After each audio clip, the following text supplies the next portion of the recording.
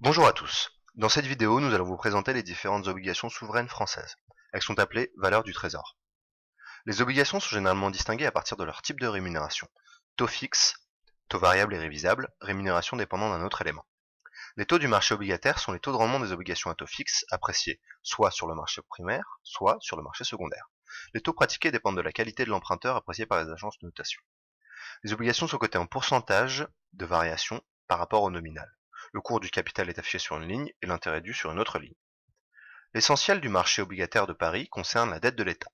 Elle a été rationalisée par la création de 3 catégories de titres standardisés, les valeurs du trésor, les OAT, marché obligataire, les bétanes et les BTF, marché des créances négociables.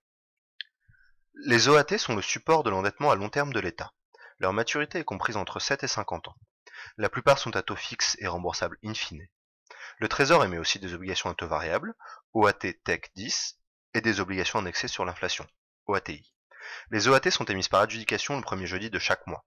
L'État adjuge à cette occasion une ligne à taux fixe d'échéance 10 ans, et si les conditions de marché s'y prêtent, d'autres lignes d'OAT à taux fixe ou à taux variable. Sur cet écran, nous observons la fiche descriptive d'une OAT sur Bloomberg. C'est une obligation émise par l'État français, ayant pour taux 4% et arrivée en maturité le 25 avril 2013. Le montant en circulation est d'environ 20 milliards d'euros et le montant nominal est de 1 euro. Les bons du Trésor à intérêt annuel représentent l'endettement à moyen terme de l'État. Leur maturité à l'émission est de 2 ou 5 ans. Ils sont émis par adjudication le troisième jeudi de chaque mois, dans le cadre d'un calendrier semestriel publié à l'avance. L'agence peut également adjuger d'anciennes lignes d'OAT ayant une maturité résiduelle comparable à celle d'un bétane.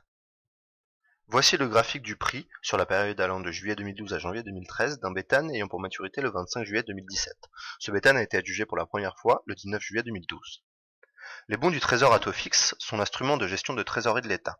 Ils servent à couvrir les fluctuations infra-annuelles qui découlent pour l'essentiel du décalage entre le rythme d'encaissement des recettes et celui du paiement des dépenses, ainsi que de l'échéancier d'amortissement de la dette. La maturité des BTF à l'émission est de moins d'un an. Un BTF à 3 mois est émis chaque semaine. S'y ajoute, selon les cas, une émission de BTF semestrielle ou annuelle. Certains BTF peuvent être émis hors calendrier pour des durées de 4 à 7 semaines selon les besoins de trésorerie. Nous observons ici le graphique du prix sur la période allant du 8 janvier au 18 janvier 2013 d'un BTF ayant pour maturité le 11 avril 2013. Cet écran représente la superposition des courbes de taux des OAT, bétane et BTF. Il est intéressant de remarquer que ces courbes suivent une dynamique similaire. Le TME est le taux moyen de rendement des emprunts d'État obtenus sur la base d'un échantillon d'emprunts d'État et d'OAT à taux fixe, d'une durée de vie supérieure à 7 ans. Le TMO est le taux moyen de rendement des obligations du secteur public, ainsi que de tous les emprunts de plus de 7 ans garantis par l'État. Ils sont calculés mensuellement en faisant la moyenne des taux hebdomadaires correspondants. Le TME est utilisé pour déterminer les taux des avances en matière d'assurance vie ou le taux fixe des prêts à taux variable avec option. Le TME à plus de 7 ans est un bon indicateur de la performance des fonds en euros. Le TMO représente, lui, le taux moyen des nouvelles obligations émises par les entreprises privées. Sur cet écran sont représentées les courbes de tendance de l'indice TME et de l'indice TMO. Ces deux indices suivent des mouvements relativement similaires, à l'exception de la période allant de juin à août. En effet, on peut remarquer sur le graphique au bas de l'écran l'importance du spread entre les deux indices sur cette période. Le Tech 10 est un indice quotidien des rendements des emprunts d'État à long terme correspondant au taux de rendement actuariel d'une obligation du Trésor fictive dont la durée serait de 10 ans. Il est calculé chaque jour à partir des cotations des deux OAT encadrant la durée de 10 ans. Celles-ci sont données par les spécialistes en valeur du Trésor. Une interpolation linéaire est effectuée pour obtenir le 10 ans. L'indice Tech 10 sert de benchmark pour les taux variables et devrait à terme remplacer l'indice TME. Il est intéressant de comparer sur un même graphique l'évolution de l'indice Tech 10 avec l'Euribor 3 mois.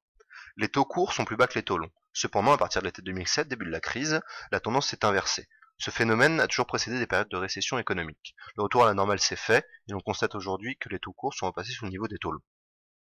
Une obligation démembrable est un titre dont les flux d'intérêt et de remboursement peuvent être négociés individuellement. Le démembrement est une opération réalisée sur le marché secondaire, en fonction des demandes et des cotations de marché. Il consiste à acquérir des obligations à taux fixe, puis à revendre individuellement chacun des flux de principal ou d'intérêt du titre. Le remembrement est l'opération inverse, seul le remembrement des titres identiques à l'obligation initiale étant autorisé.